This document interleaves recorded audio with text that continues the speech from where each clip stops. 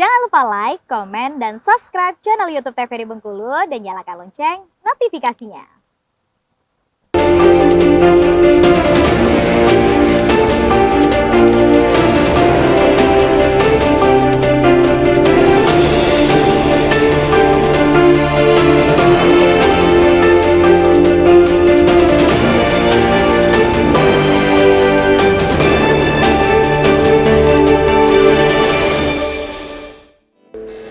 Ya, Assalamualaikum warahmatullahi wabarakatuh, pemirsa TVRI Bengkulu.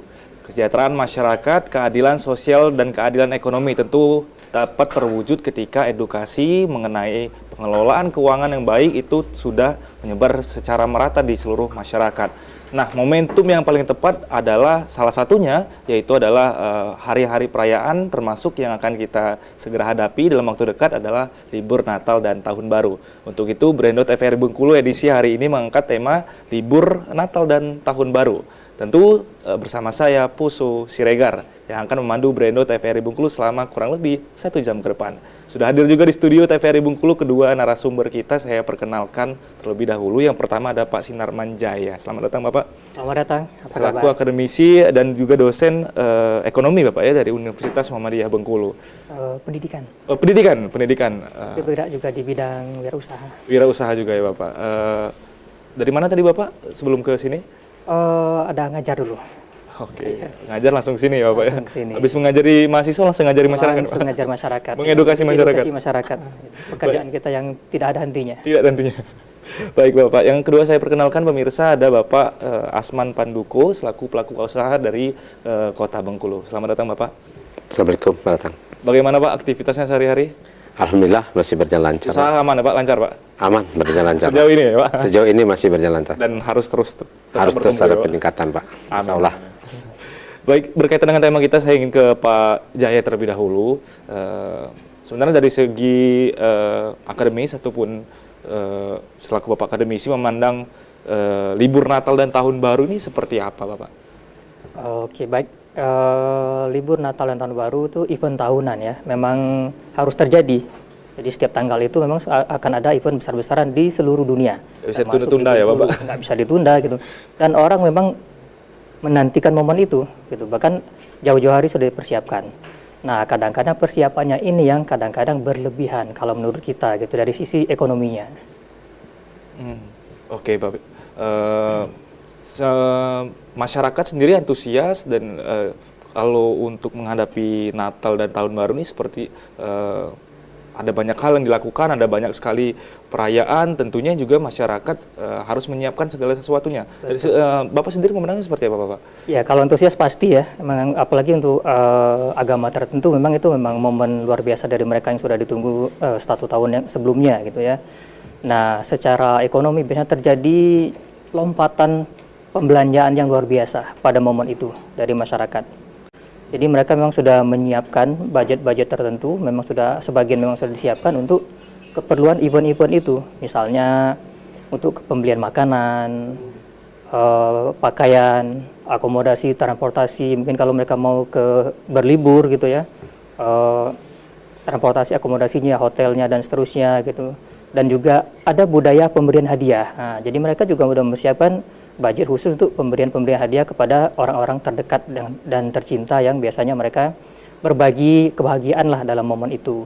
Nah, tentu hal-hal itu secara tanpa mereka sadari memerlukan budget yang lebih dari biasanya. Nah, sehingga jadi ada komoditas ekonomi tertentu bisa meningkat, bisa naik tajam harganya gitu karena memang demand yang terlalu tinggi oleh masyarakat pada event itu. Dan juga efek itu berantai ke dunia yang sektor yang lain gitu. Jadi ikut juga terjadi perputaran ekonomi yang cukup besar ya. Jadi nominal cukup besar perputaran terjadi pada dua event itu. Banyak store-store yang bahkan mengadakan diskon besar-besaran. Iya, luar biasa gitu. Iya, dan juga ada beberapa yang merekrut karyawan dadakan ya, kayak ya retail tertentu udah karena pemerintahan meningkat luar biasa, jadi membuka lapangan kerja juga di satu sisi gitu. Walaupun efeknya untuk masyarakat biasa kadang-kadang over budget gitu, biasanya permasalahannya di situ. Karena trafiknya yang meningkat berkali-kali lipat dari biasa. Iya, dan ada budaya di orang kita itu gengsi Pak ya. Kalau udah Kenapa ikut kita nggak beriakan, sama orang lain gitu? Kalau orang lain bisa, kenapa kita enggak? Kalau tetangga kita seperti itu, kenapa kita enggak gitu? Padahal mungkin kemampuan mereka sebenarnya belum layak untuk itu. Gitu. Tapi ada kesan yang penting jalani dulu, nanti urusannya setelah itu kita pikirin gitu. Nah, kalau secara ekonomi sebenarnya itu tidak bijaksana. Gitu. Oke Bapak, saya ingin ke Pak Asman nih selanjutnya. Sebelum kita ngobrol berkaitan dengan tema kita libur Natal dan Tahun Baru ini, saya ingin tanyakan terlebih dahulu nih supaya pemirsa juga di rumah juga mengetahui Bapak. Sejauh ini untuk usaha yang dilakukan Bapak bergerak di bidang apa aja nih Pak? Bisa diceritakan. Baik, terima kasih. Usaha yang selama ini saya jalani adalah di sektor retail perdagangan. Setelah itu saya berusaha di perhotelan dan juga di properti Pak, di developer perumahan. Oke, jadi Ya. bergerak di 3 bidang itu. Tiga bidang itu Pak. Kalau Ya, kita kaitkan dengan tema kita hari ini, libur Natal dan Tahun Baru, itu apakah trafiknya meningkat berkali-kali lipat atau seperti apa? Bisa diceritakan apa? Ya, ini juga melihat perekonomian kita sekarang Pak. Kalau tempo hari setelah COVID dibuka, begitu COVID dibuka artinya orang yang selama ini terkurung jadi keluar untuk berwisata. Tapi kalau tahun ini sampai sekarang ini faktor peningkatannya belum ada saya lihat. Tapi kami berharap sebagai pelaku usaha tentu momen ini kami tunggu Pak, supaya nanti tingkat hunian penginapan, hotel-hotel, restoran yang ada di Bengkulu itu dapat meraup keuntungan dengan event-event ini. Berarti untuk beberapa usaha yang Bapak geluti, trafiknya tidak cukup jauh meningkat ya Bapak di Kalau buat sekarang belum Pak, ya masih tahap standar, belum ada kelihatannya.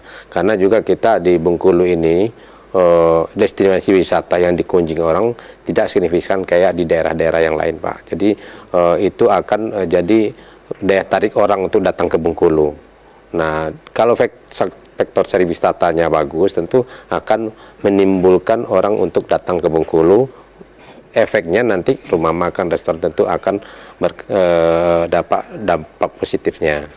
Oke. Nah, namun di sektor retail juga belum ada yang signifikan. Nah, mungkin di mall-mall itu mungkin sudah ada, karena ini juga menyangkut satu agama mungkin yang memprioritaskan untuk acara Natal dan Tahun Baru ini.